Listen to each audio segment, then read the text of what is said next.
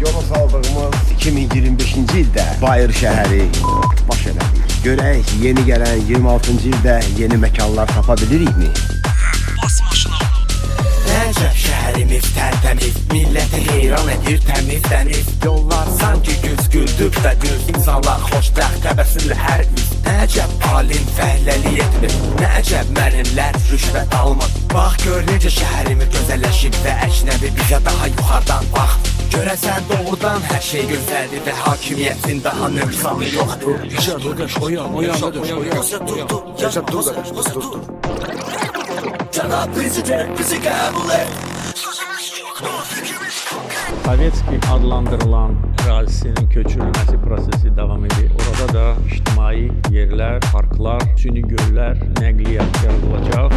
Kim xavim qazdı, kim sazdı, azdı, qışı bizə azdı. Ancaq bir şair burada oturanlardan yaxşı bilir. Nişanı özünlə başladı gəlir. Gecəm o testdə çıxmasa həmən masanı sökəcəm sənin nişanının başına. Sərdə də qapımızı ək döyən kim?